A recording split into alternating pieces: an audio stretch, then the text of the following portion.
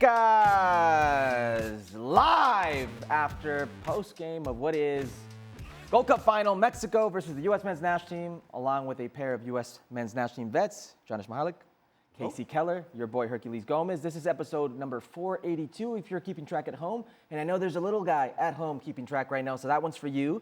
Lots to get to, as always.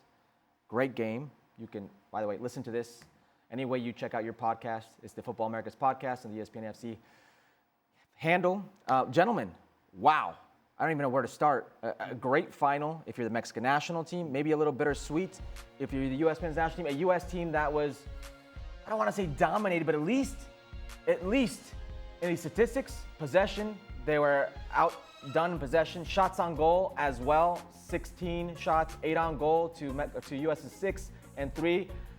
Almost twice the amount of passes, twice the amount of expected goals.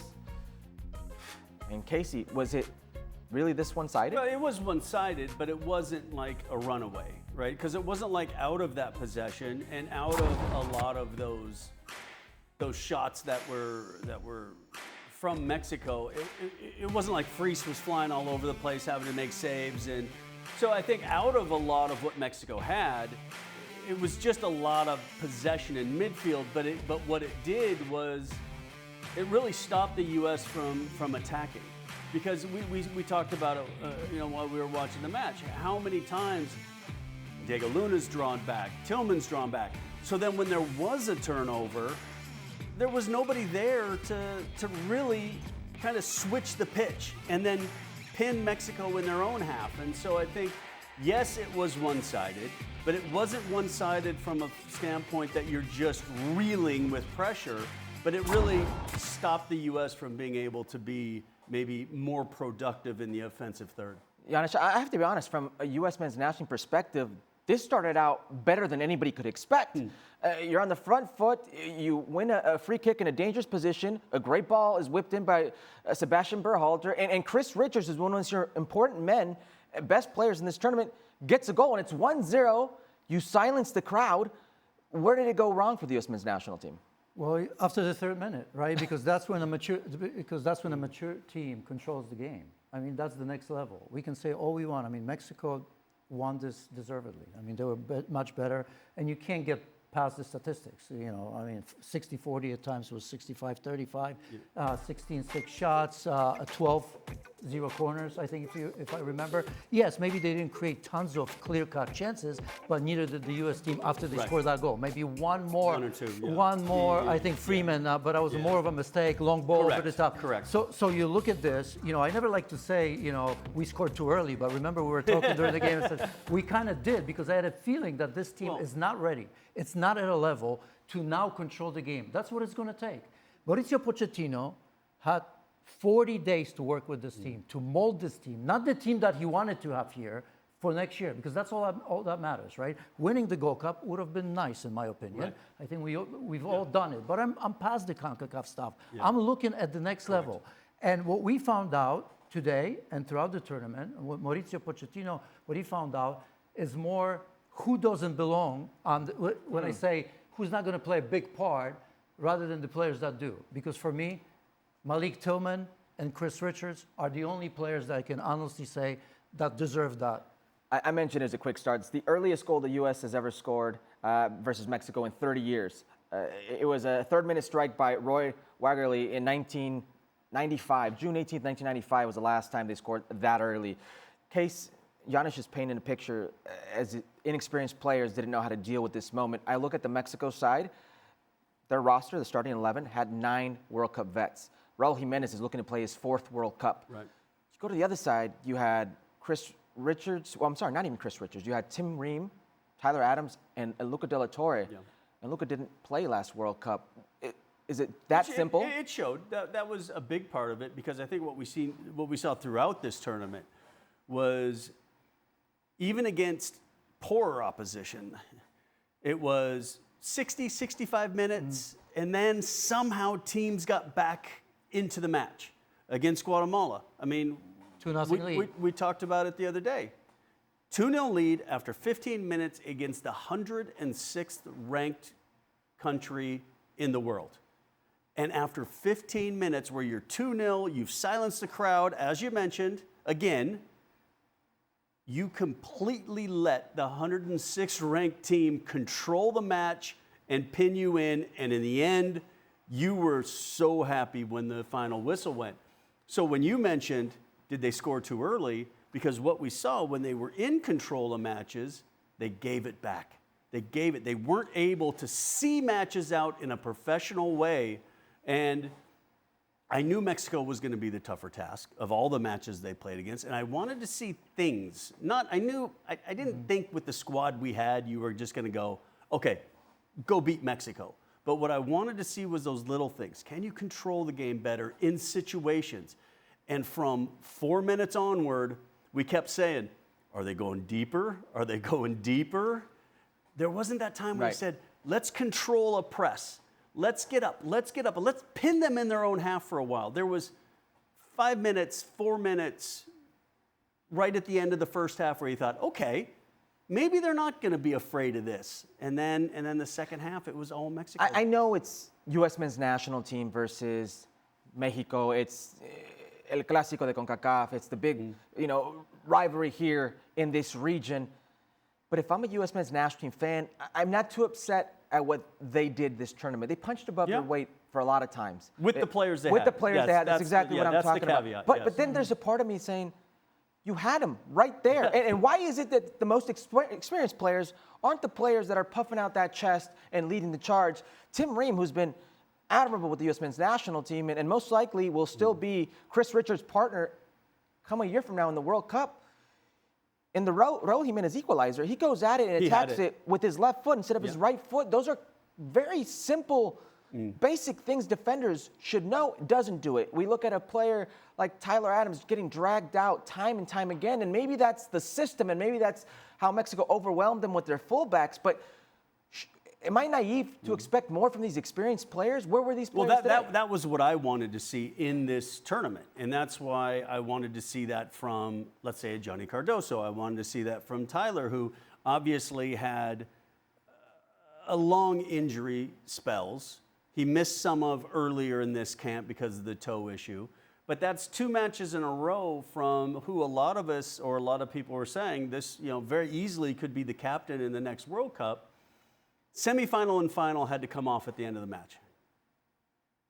Not a Diego Luna or Diego came off as well. But but you're not looking at these kids. Okay, you got to pull them off, put somebody on. But to your point, I want to see the most experienced players in this squad rise to the forefront.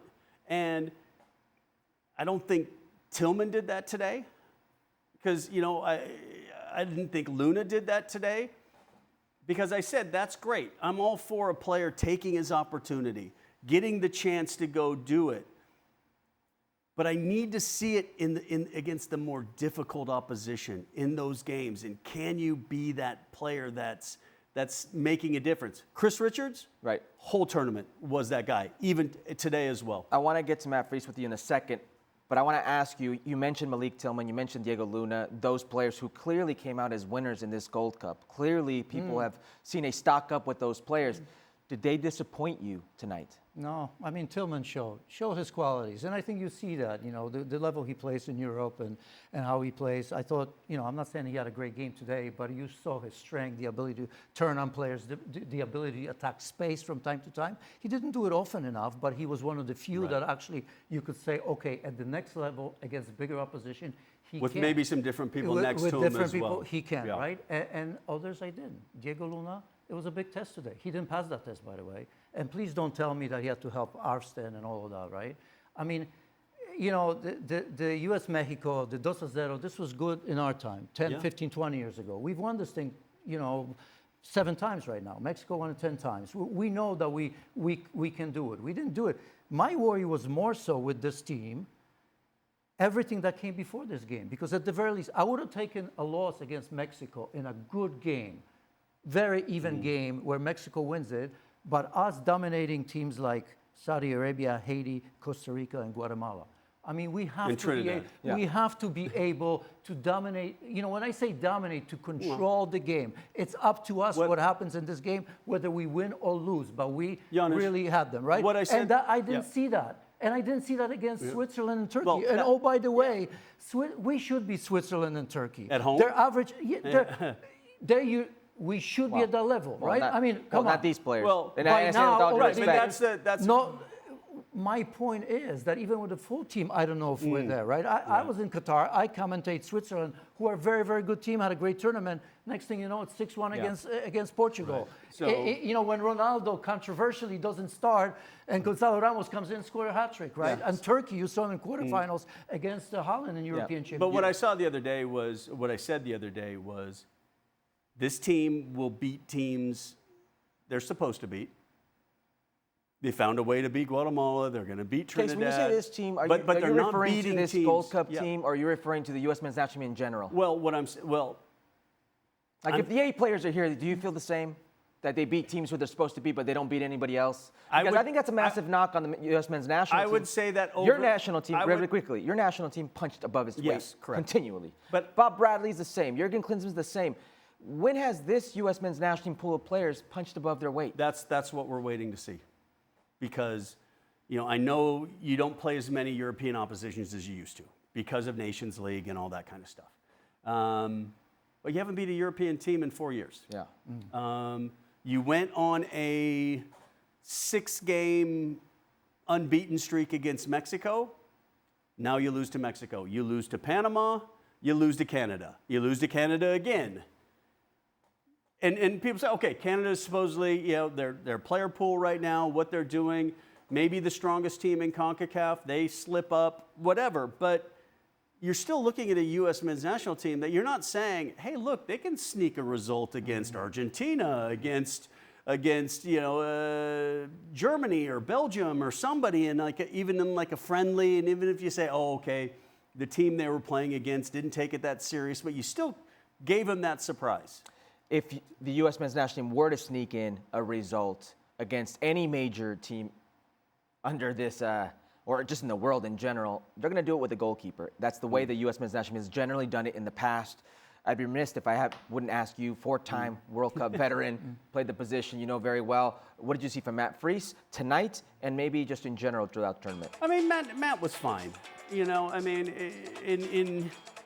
Even in the match today, we were talking about a few different things, and he wasn't really tested. I mean, I'm not going to blame him for goals by any means. But there was little things, shot from distance that you gave up a corner that it was a comfortable shot from distance. You shouldn't be making those little issues that against different opposition in different moments just give you those little extras. And,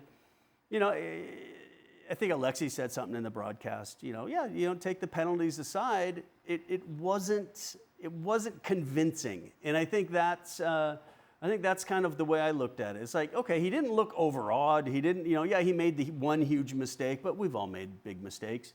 But it was everything else. I didn't see, oh, look at those 2 or 3 saves. Look at those. I said, okay, he did what he probably should have done. He did a couple things he could have done better. There was some indecision. It just wasn't maybe what we've come to expect from the position. Okay, so who has pole position right now in that position with the U.S. men's national team goalkeeper? I think if everybody's available, if you had to play somebody right now, I still think you play Turner.